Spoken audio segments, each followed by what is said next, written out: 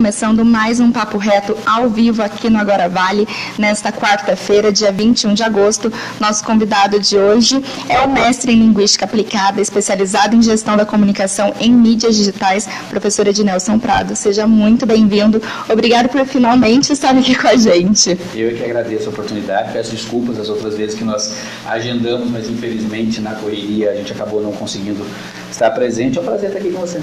Mas agora, já que aqui está, né? Eu gostaria de começar essa entrevista pedindo para você contar um pouquinho sobre a sua experiência aí como professor e como jornalista. Então, eu comecei a carreira como jornalista em Ubatuba.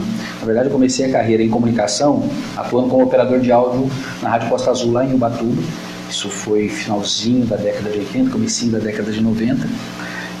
Mas eu era muito ruim como operador de áudio. Pensa num cara que era ruim. Se juntasse os brancos que eu dava no dia, colocasse um do lado do outro, eu tirava a rádio fora do ar, acho que uma semana. E aí tinha um rapaz no jornalismo, que hoje está trabalhando no Rio de Janeiro, hoje é advogado, era responsável pelo departamento de jornalismo, que era o Marcelo Mundioli. E o Marcelo identificou, aí com uns 4, 5 meses de trabalho, que eu era mais interessante estar no jornalismo do que como operador. Conversou então com o diretor da rádio, Eduardo Souza Neto, que infelizmente já nos deixou, e falou: deixa eu trazer esse menino para o jornalismo. Então, entre 91 e 97, durante 6 anos, eu atuei no departamento de jornalismo antes de começar a faculdade. Isso foi muito legal, porque a gente teve que aprender muito na prática, e quando a gente foi para a faculdade, a gente teve a oportunidade de aprender a questão técnica, né, aparar as arestas técnicas e principalmente a questão da fundamentação teórica. E a partir dali a gente não parou mais. Eu trabalhei 12 anos na Rádio Costa Azul em Ubatuba, mas neste período eu também atuei fora em alguns momentos.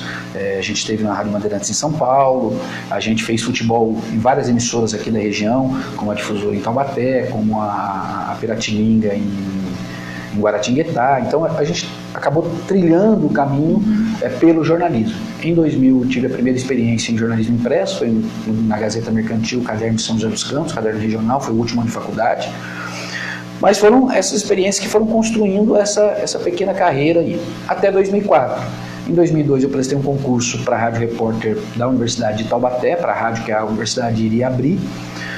Houve um período entre o concurso e a abertura da emissora de 2 anos. Em 2004 eles chamaram, né, já na retinha final do concurso, chamaram os que foram aprovados, e aí eu assumi o cargo de rádio repórter. E ali fez uma grande diferença, porque a gente conseguiu, de certa forma, construir aí uma bagagem, uma pequena história também no Vale. A gente já tinha construído uma história lá em Ubatuba e construiu uma pequena história aqui. Aí, a questão da academia, eu estava na universidade, mas eu não pensava em nenhum momento ser professor. A questão da academia aconteceu quase que por acaso, foi numa conversa com o professor Jefferson Campos. Ele era coordenador de comunicação, dos cursos de comunicação lá da Unifateia, na época FATEA, né, Faculdade Teresa W. de Lorena. E aí ele nos convidou para dar aula. Eu ia começar com uma disciplina, até para saber se eu realmente tinha jeito para coisa ou não. E entre ele me convidar e as aulas começarem, eu acabei assumindo 4 disciplinas. Então a gente começou lá em 2005, já com 4 disciplinas, um desafio muito grande, e já são 15 anos já atuando lá em Lorena, com um grande prazer. Tendo alunas como você. Ednelson, como foi que a política entrou na sua vida? Já são 25 anos atuando em campanhas eleitorais. Então, a política, ela praticamente começou junto com a rádio. Porque a Rádio Costa Azul, lá em Ubatuba, ela era uma rádio muito importante. Tempo em que as rádios AM tinham muita força. E ela tinha uma força muito grande na cidade. Então ela participava de forma bastante ativa nas campanhas eleitorais. E a primeira campanha da qual eu participei foi em 1992. Fui convidado pelo meu colega Felipe Camarão, Felipe de Fátima Monteiro. Ele era o operador de áudio do programa de um dos candidatos, que acabou se elegendo prefeito, que é o ex-prefeito Paulo Ramos. E ele me chamou para auxiliá-lo na organização, na montagem dos programas de rádio, na parte de edição. Então, a primeira campanha que eu participei foi em 92, como auxiliar de operador de áudio. Já em 96 eu participei mesmo montando os programas, ajudando em alguns momentos com roteiro, já sozinho, em voo solo, que foi na campanha de 96, também garantindo aí uma vitória, participando de uma campanha vitoriosa, que foi a campanha do ex-prefeito Zizinho Vinheron. E daí não parou mais, aí a gente fez campanha deputado, fez campanha prefeito, começou a fazer campanha depois de mudar para Taubaté, campanhas fora daqui, até que em 2009 a gente abriu a empresa de marketing digital. Até então eu atuava com rádio, né? E depois de 2009 a gente começou a atuar com marketing digital. A gente vai falar um pouquinho mais da empresa daqui a pouco, mas antes eu gostaria que você comentasse sobre a sua experiência como secretário de comunicação na Prefeitura de Lorena. Essa também foi uma experiência bem legal. A gente como empresa atuou na campanha do prefeito Fábio Marcondes, então candidato. A gente já tinha atuado com ele na campanha de 2008, ele acabou não ganhando, aí nos chamou novamente para a campanha de 2012. Na campanha de 2008 nós cuidamos do programa de rádio, para a campanha de 2012 nós cuidamos da campanha de rádio e também do marketing digital, né, da campanha digital do prefeito Fábio Marcondes. Mas a relação que eu tive com os meus clientes sempre foi uma relação muito profissional. Nunca houve nenhum compromisso, tipo, vou fazer a campanha para ver o que eu consigo ali na frente. Quando acabou a campanha, ele saiu vitorioso, a gente prorrogou o contrato até janeiro, da campanha em outubro até janeiro. Em janeiro ele optou por não renovar o contrato, ele foi seguir a vida dele, eu fui seguir a minha. Quando chegou em agosto de 2014, eu recebi um telefonema do então secretário de administração, Gustavo Rodrigues, dizendo que o prefeito queria falar comigo. Aí eu fui até Lorena e ele fez o convite. No primeiro momento eu não tive muita vontade de assumir, não, por conta da empresa, por conta já dos compromissos que tinha, mas eu não nego que era desafiador. E aí a gente ponderou, fez aí umas 3 ou 4 conversas até a gente definir, e em setembro de 2014 eu assumi como secretário de comunicação. Eu sempre tive do lado de cá, né, sempre como jornalista, como radialista, e eu tinha algumas coisas, né, uma visão própria em relação à Secretaria de Comunicação, de Prefeitura, e eu queria testar algumas coisas, principalmente já inserido dentro do contexto de digital, tentar testar umas coisas um pouco diferentes, ou pelo menos que fugisse do padrão que nós temos hoje, que é o padrão da release mania, né? Boa parte das assessorias de comunicação, desculpem os colegas, mas elas ficam pautadas por release. Elas acham que esse é o trabalho e não é. Comunicação é muito mais amplo do que isso, comunicação governamental.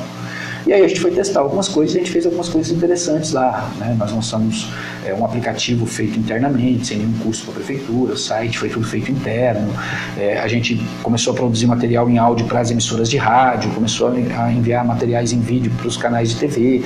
Então a gente tentou fazer algumas coisas a mais, diferente do que a gente estava habituado a receber dos colegas das prefeituras. Foram 2 anos lá, foi um tempo bem interessante, foi muito legal. Eu lembro que pegou até um boom que estava da Prefeitura de Curitiba, vocês tomaram muito como exemplo, né, que é uma comunicação assim, não tem como botar defeitos. Tem. Na verdade, a gente tinha muita preocupação com isso. A gente entendia que a gente podia fazer algumas coisas que fora fossem da caixinha, fora assim. da caixinha, mas sempre com muito cuidado. Justamente porque a Prefeitura de Curitiba, na minha visão particular, ela tinha uma situação muito peculiar. A gente observava o quê? Que para mim, para você, para a gente que está fora de Curitiba, o que eles faziam era muito legal. Era um casamento da Prefeitura do Rio com a Prefeitura de Curitiba, muito interessante. Só que para o morador, as redes sociais, elas se configuram, de certa forma, uma ferramenta para que a população consiga ter uma relação mais direta com o poder público e fazer uma cobrança, sem intermediários. Até então, quem a gente tinha de intermediário? A gente tinha os veículos de comunicação, a gente tinha os vereadores, né? Infelizmente, a gente sabe que boa parte dos vereadores não cumpre com o seu papel de legislar e fiscalizar. Eles fazem mesmo essa troca de favores com a população, eles acabam sendo essa ponte entre a população e o executivo. Dá para ser essa ponte? Dá, mas ela não pode ser a base da ação legislativa. E infelizmente sempre foi, né? Sempre tem sido. E as redes sociais, de certa forma, quebram um pouquinho essa hierarquia, quebram um pouquinho esse caminho. Então elas são essa ferramenta de comunicação da população. Então a gente entendia que falar um pouco, né, sair um pouco da caixa era interessante, mas desde que isso representasse na solução de problemas para a população, que representasse justamente esse elo entre a população e o poder público e o executivo. Então a gente tentou equilibrar o máximo possível para fazer uma coisa que fosse legal e atraente, porque o conteúdo tem que ser interessante para o público, ao mesmo tempo que fosse também uma forma de resolver questões. O aplicativo que a gente lançou em 2014 foi justamente nesse sentido, né? Quer dizer, as pessoas podiam tirar a foto de um buraco, de uma lâmpada queimada e encaminhar para a prefeitura otimizar o atendimento e a solução do problema, né? Então, ela é essa ferramenta. Então, a gente tentou atuar nesse sentido. Mas as redes sociais foram o carro-chefe do trabalho que a gente fez lá, isso sem sombra de dúvidas. Entre outras coisas, porque a prefeitura não tinha verba para comunicação, né? Eu lembro que a gente chegou até a montar um edital para a contratação de uma agência, havia uma verba separada para essa licitação, e quando nós terminamos o edital de prefeitura, de contratação de empresa de comunicação, ele é complexo, né? Quando você fala de um valor acima de determinados limites, ele é mais complexo. Quando nós chegamos, o prefeito Fábio Marcondes falou assim: desculpa, mas eu não tenho mais dinheiro. Como assim não tem mais dinheiro? Tem 700 mil reais na época reservado para comunicação. É pouco, mas pelo menos a gente consegue fazer alguma coisa. E aí o argumento que ele deu foi o checkmate. Ele falou assim: esse dinheiro eu vou usar para comprar remédio. Eu tenho duas opções. Ou eu faço comunicação, ou eu compro remédio. Eu falei: não tenho nem o que discutir, obrigado, valeu, virei as costas, voltei para minha sala. Porque a visão dele era bastante interessante nesse sentido, realmente. Não adianta você investir em comunicação se você não fez pelo menos o básico. E aí ele acabou não fazendo a licitação, e nós tivemos que usar a rede social como carro-chefe. Já era, e a gente continuou. Falando nisso, Ednelson, como que você enxerga a atuação das assessorias de comunicação aqui no Vale do Paraíba, principalmente no que diz respeito às prefeituras? Eu tenho uma visão crítica em relação ao comportamento de algumas assessorias, mas eu também tenho defesas a fazer. Eu tenho críticas porque, infelizmente, eu acho que muitas se apegam ainda a esses modelos tradicionais, que são basicamente produzir releases e tentar cavar uma pauta ou outra num veículo de comunicação, num blog, num site, na TV, na rádio. Mas comunicação é mais, é planejamento, é organização, né? Hoje as assessorias elas têm que ter um trabalho de produção de conteúdo, né? Até para conseguir a inserção. Tem que ter o trabalho em relação às redes sociais, não dá para ignorar. E rede social não é só postagenzinha no Facebook, que é o que a maioria acha que é. Então tem uma série de coisas que a gente pode aprimorar. Só que também temos que olhar as limitações que as assessorias de imprensa têm, as assessorias de comunicação, por culpa dos prefeitos.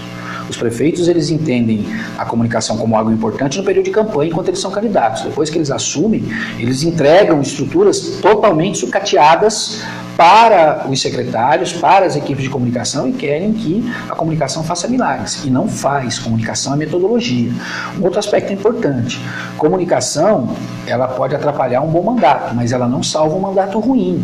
Se o mandato for ruim, não tem secretário de comunicação que faça milagre, não tem equipe de comunicação que consiga produzir materiais que resolvam todos os problemas. Então, o mandato, para ser bem comunicado, ele também precisa ser um bom mandato. Um mandato ruim não tem como fazer milagre. Então, falta muitas vezes para o gestor público essa visão, né? A visão ainda é uma visão ultrapassada, mesmo em tempos de redes sociais, mesmo em tempos de internet. Ednelson, já que a gente entrou no assunto política, né, vamos falar um pouco sobre a sua empresa, que é especializada em marketing político digital. Sim, é uma empresa de marketing político digital. Ela era uma empresa que atuava como assessoria de imprensa quando necessário, para aquele trabalho de freelancer e tal. Aí em 2010 a gente optou em transformá-la numa agência digital. E aí nós começamos a trabalhar política empresa, caminhamos nisso até 2012. Em 2012 foi a primeira vez que nós trabalhamos efetivamente em campanhas eleitorais com o digital. E aí naquela oportunidade nós trabalhamos em 5 campanhas.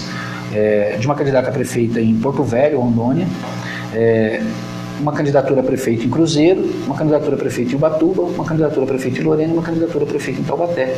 Dessas 5, colaboramos para a eleição de 2 prefeitos.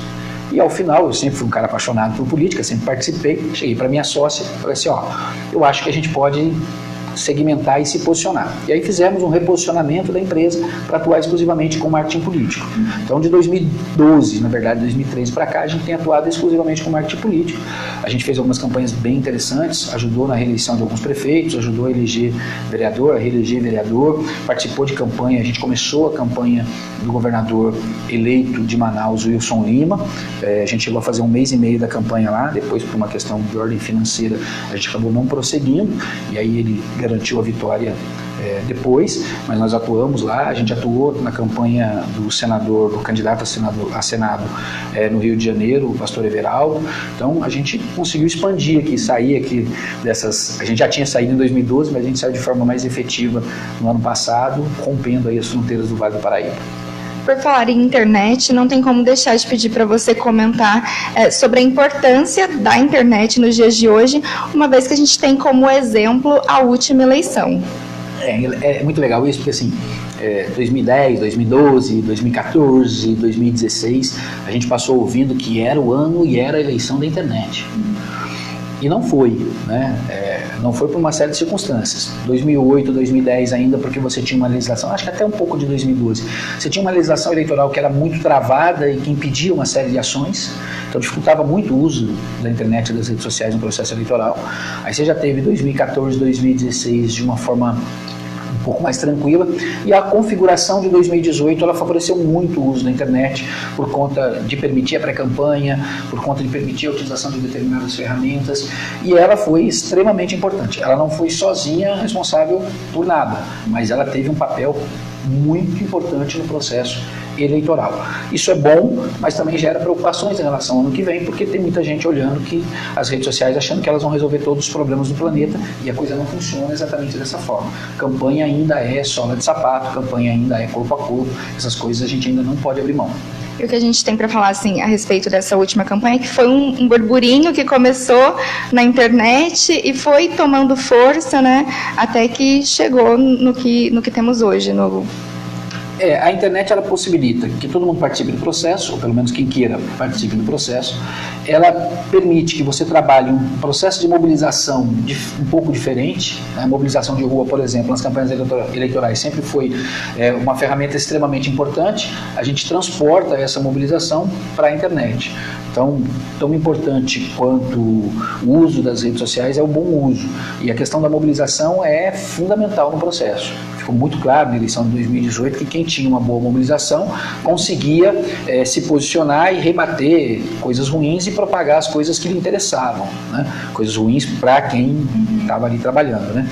Então, a gente percebe que ela tem uma força bastante significativa. 2018 foi um marco muito importante para a gente entender tudo isso, né, o que é a internet dentro desse contexto. Foi até um meio aí de equilibrar o horário político, o horário eleitoral que alguns candidatos tinham disponível na TV e no rádio, né? Eles compensavam isso com trabalho na internet.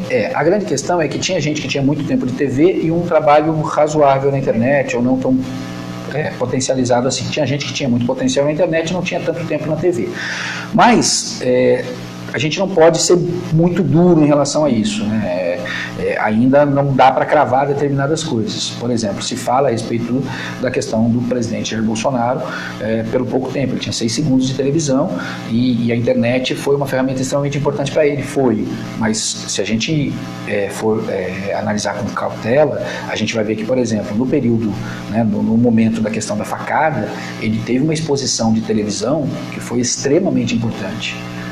Foi muito significativo, ultrapassou em muito, se eu não me engano, mais de meia hora do Jornal Nacional no dia da facada. Então isso gera, a gente ainda, e a gente tem uma exposição bastante significativa. Nós ainda temos regiões do país em que a internet ela tem força, mas a TV ainda tem uma penetração muito grande, a gente não pode ignorar isso. Então também não tem fórmula mágica, também não dá para cravar certas coisas. O certo é a convergência, o certo é todo mundo estar trabalhando junto, né? A internet tem um papel importante, a televisão tem uma representatividade importante, essas coisas têm que conversar. Agora, todas essas conversas têm que acontecer da maneira certa, né? Então, a internet tem uma linguagem que tem que ser bem aproveitada, a TV tem uma linguagem que tem que ser bem aproveitada, o jornalismo impresso, essas coisas todas têm que caminhar em harmonia, mas dentro de uma esfera racional, dentro do que é o papel de cada veículo nesse processo. Ednelson, por último, mas não menos importante, já podemos esperá-lo como candidato a prefeito de Ubatuba, é isso mesmo? Não, nós temos aí uma possibilidade, uma pré-candidatura, né? A gente está conversando, alinhando algumas coisas, houve alguns convites, a gente passou a estudar essa possibilidade. Ubatuba é uma cidade que eu adoro, vivi a minha infância toda, boa parte da minha vida adulta eu passei lá, tive a oportunidade por trabalhar 12 anos na rádio, de viver o dia a dia de forma muito intensa, entender muito do que acontecia na cidade, entender todos os seus problemas. Era uma rádio que tinha muita força, então a gente discutia os assuntos da cidade e contribuiu para evitar algumas coisas, visualizou e pôde perceber certas coisas acontecendo. E agora surge aí essa possibilidade, esse convite de algumas pessoas, e a gente está articulando, conversando, vendo a viabilidade. É possível, a gente trabalha com essa possibilidade de uma pré-candidatura. Agora, vai ser uma pré-candidatura que vai ser construída a partir, primeiro, de apoios de pessoas que sejam sérias e que queiram realmente o melhor da cidade, e não vai ser a qualquer custo. Então, a gente já houve algumas conversas que a gente já dispensou, já teve algumas falas que a gente recebeu que a gente já descartou, porque se a gente quer fazer a mudança, a gente tem que começar desde o começo da forma correta. Então, a gente já vai alinhando algumas coisas dentro da visão que a gente tem em termos de desenvolvimento. Acho que o principal ponto em relação ao Ubatuba hoje é a gente discutir o que nós vamos fazer para desenvolver a cidade. A cidade é uma cidade carente, se eu não me engano é a menor renda per capita do litoral norte, é a que sofre mais com a questão da arrecadação, é a que tem menos recursos de investimento, então não é uma tarefa fácil, então não dá para chegar lá prometendo tudo que querem, tudo que esperam. Primeiro precisa colocar ordem na casa, tem muita coisa que precisa ser feita para organizar primeiro a cidade, do ponto de vista fiscal, do ponto de vista tributário, do ponto de vista de postura, do ponto de vista de gestão, do ponto de vista de pertencimento, né? O morador de Ubatuba hoje, o caiçara mesmo, ele está relegado de certa forma a segundo plano. A gente tem que resgatar, e aí não é uma particularidade de Ubatuba, mas do litoral norte de uma maneira geral. Recentemente eu estava conversando com o jornalista Salim Burian, lá de Caraguatatuba. Caraguá, apesar de ter mais avanço do ponto de vista econômico, mas também sofre muito com isso. O caiçara que vive em Caraguá também se sente penalizado por um desenvolvimento ordenado que acontece. Eu acho que esse é um problema que a gente tem que discutir. O desenvolvimento no litoral norte, em Ubatuba em especial, precisa acontecer de maneira ordenada, né? E aí a gente tem uma legislação ambiental que é bastante rigorosa em alguns pontos e extremamente permissiva em outros, né? É só você pegar o Morro do Tenório, se você observar o que tem das casas construídas lá, você observa que tem espaço para que a gente possa trabalhar a questão ambiental. Eu não estou dizendo que o desenvolvimento não possa acontecer, não deva acontecer, mas ele tem que acontecer como um todo. Se vai acontecer para o cara que vai ter dinheiro para comprar um espaço, para construir uma casa no morro de uma praia como a do Tenório, como a Praia Grande, como as Toninhas, a gente também tem que ter a legislação ambiental permitindo que o pescador continue trabalhando e alimentando a sua família, o que não acontece hoje. A gente tem que permitir que o caiçara tenha condições de subsistência. Você vai para a região norte, que é parque estadual, você vê a dificuldade, o sacrifício que o morador tem de lá de garantir o sustento da própria família. Por isso que muita gente vai embora da cidade. Ubatuba não tem dinheiro, Ubatuba não tem perspectiva. Eu já fui perguntado, mas você teve que ir embora de Ubatuba? Lógico que eu fui embora de Ubatuba, não só eu, muita gente foi embora de Ubatuba, mas não é porque a gente quis, é porque a cidade não apresentava expectativas, perspectivas. Na minha área, por exemplo, a rádio que eu trabalhava fechou, eu vou trabalhar onde? Né? Então, não é uma questão de querer, é uma questão de necessidade. Agora, para que a cidade pare de ter essas necessidades, a gente precisa melhorar a gestão. Então, a gente precisa reorganizar algumas coisas extremamente importantes, da base até o topo. Então, a gente tem que organizar a casa ao mesmo tempo que a gente tem que projetar e planejar a cidade para 10, 20, 30 anos, porque tem muita coisa a ser feita. Não é só pensar no turismo, né? Não, o turismo é um ferramenta importante, mas nós temos que discutir esse turismo. Porque o turismo que nós temos hoje em Ubatuba, que perdoem aqui os colegas do Vale, né, os amigos do Vale, mas é um turismo de quantidade, não de qualidade. É um turismo de um dia. A gente tem aqui em Aparecida, por exemplo, que vive a mesma situação. Quer dizer, Ubatuba, ela dorme com 100 mil habitantes e ela acorda com 500, 600, 700 mil habitantes na virada do ano. Quem que paga esse custo, esse impacto ambiental, esse impacto de infraestrutura? É o morador, é o cidadão. Né? Então, esse turismo ele é importante nesse momento, mas ele não pode ser a base do nosso turismo. Nós temos que trabalhar um turismo muito mais de qualidade do que de quantidade, entendeu? Porque é um turismo que vai lá, leva muita coisa daqui, consome menos do que deveria, gasta menos do que deveria, mas polui as praias, mas impacta com lixo, mas usa estrutura, consumo. Então tem uma série de coisas que a gente precisa organizar. Não estou dizendo que a gente não precisa do turista, a gente precisa. A gente só precisa rediscutir e reposicionar esse turismo para que a cidade continue sendo preservada. Porque pelo andar da carruagem, pela forma como a coisa está, a minha preocupação é, mas quantos anos o Ubatuba aguenta com as suas belezas naturais? Nós já tivemos na temporada passada um recorde de praias poluídas, porque não se discute saneamento ambiental. Agora que estamos no período de campanha, está todo mundo discutindo a questão ambiental. Né? Mas nós passamos os últimos 10, 15, 20 anos fazendo o que em relação à questão do saneamento básico? Muito pouco. A região metropolitana do Vale foi criada e ela determina que a discussão ambiental ela tem que ser regional. A gente tem discutido regionalmente? Não, cada cidade tem que cuidar do seu. Dá conta? Não dá conta. E aí nós temos aí, o Ubatuba acho que foi 10, 15 praias poluídas na temporada passada, Ilhabela, todas as praias, São Sebastião, um monte de praia, Caraguá, um monte de praia. Isso é muito sério. Preocupante. Preocupante. Impacta onde? No turismo. O turismo de qualidade. Né? Nós precisamos ver a questão do ambulante. É uma bagunça, desculpa, é uma bagunça o que a gente vê nas praias. A pessoa que vai para a praia sabe quanto ela é impactada pela questão do ambulante. Aí você vai querer resolver a questão do ambulante em dia 2 de janeiro. Você tem de março até dezembro para planejar o turismo, aí você não planeja o turismo, aí chega em fevereiro, você vai aumentar a taxa da van, que vai descer com as pessoas, você vai contratar a empresa de segurança para fiscalizar as praias. Em janeiro, se você teve 8 meses para fazer isso, então a gente precisa olhar para o turismo de uma forma um pouco melhor, de uma maneira um pouco mais profissional no processo.